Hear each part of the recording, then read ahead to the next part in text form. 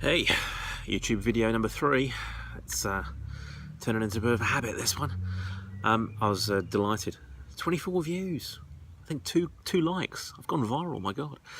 No, I had to do another video because yesterday I went to the MotoGP in Phillip Island. I've had an awesome weekend. Obviously, picked up the R1 on Saturday, replaced the Aprilia. That was a clear highlight. But then yesterday went down to the Phillip Island Grand Prix and had an amazing day at the races there. Actually, I've noticed something on video. I have a habit of smacking my lips. Gotta stop trying to do that, okay? So I'll try and work on that this time. So yeah, I went down to Phillip Island. I was based in Melbourne, about 2 hours drive away from Phillip Island. So we went down there in the morning and oh man, it was such an awesome day. The weather was perfect. For those of you guys overseas that don't really have an opportunity to go to that particular track, it's a great facility. It literally is on a little island. There's a little bridge that goes across from the mainland onto the island, and the circuit itself is world class, fantastic. I've been lucky enough to ride around on that. Did the California Superbike School there, and it's an amazing track to ride, really smooth, and the facilities are sensational. It's modern, clean, lots of great areas for spectators. It's a big track, so if you walk around you find lots of different spectating areas on the different corners, and pretty grassy, so lots of places where you can sit down and have picnics and drink beer and all that kind of stuff.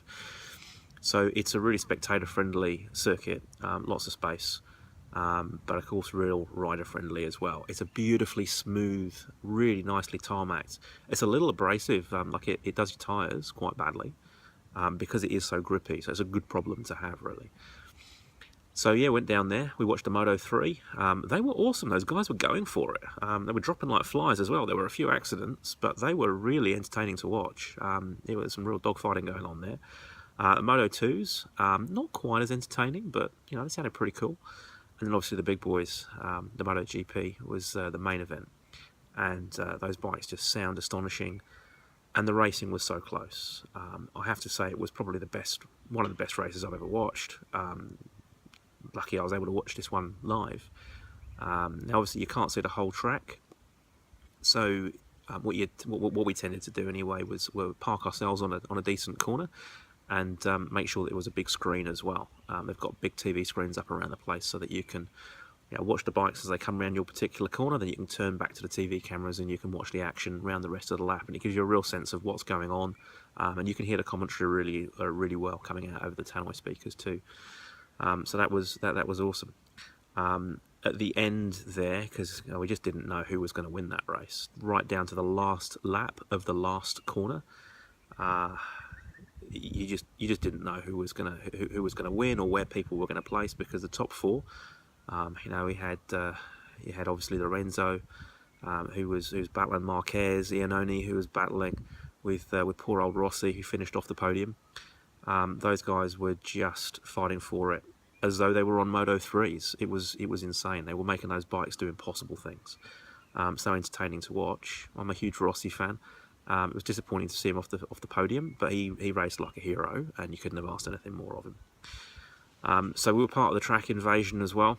I climbed over the fence at the end and over the tyre barrier and across the track, and managed to push my way to a reasonable position outside the pit lane, and caught sight of Rossi sitting there in the back of the garage doing a bit of a debrief. He looked a little disappointed, poor lad, and he did come out and sort of say, wave and smile to his fan crowd, which was really good. Even though he was disappointed, he did put a smile on for the fans. Actually, it was amazing. The main podium on the pit straight there was obviously dedicated to the top three, but there was almost as big a crowd just outside Rossi's pit lane garage, just chanting "Vale, Vale" and "Rossi, Rossi." Lots of Italians there. They didn't care that he wasn't on the podium. They didn't care who'd won the race. They just wanted to see Rossi, which was sensational. And really good that he did come out and give him a little bit of a view, even though you could see he was a wee bit disappointed with fourth. And I'm sure that's going to be giving him pause for thought as he goes into the end of the championship now with a narrowing lead. So anyway, yeah guys, if you get a chance to race on Phillip Island, do a track day on Phillip Island, or just be a spectator on Phillip Island. Highly recommend that you go. If you luck out with the weather, as we did yesterday, it's just stunning. It was amazing. I would imagine that on a wet, actually I've been there on a wet rainy day and it's miserable because it's quite exposed. There's not a lot of trees, not a lot of cover, and it's quite windy because it is an island. You get a lot of breeze coming off the sea, even in the sunshine. Yesterday it was that fresh breeze coming across, so it can be miserable if the elements are against you. But yesterday they were with us and it was awesome.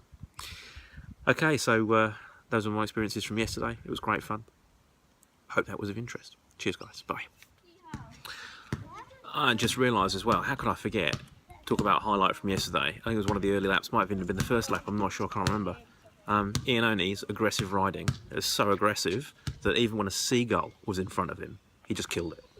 Oof! With the face. Unbelievable. That poor seagull. I think there have been a few seagull fatalities in Phillip Island now, but that was definitely a really entertaining one. I couldn't believe it. Simultaneously horrifying when you saw it on the big screen, and hilarious. Anyway, we're one seagull down here in Australia, but I think it was a price worth paying. It was a good one.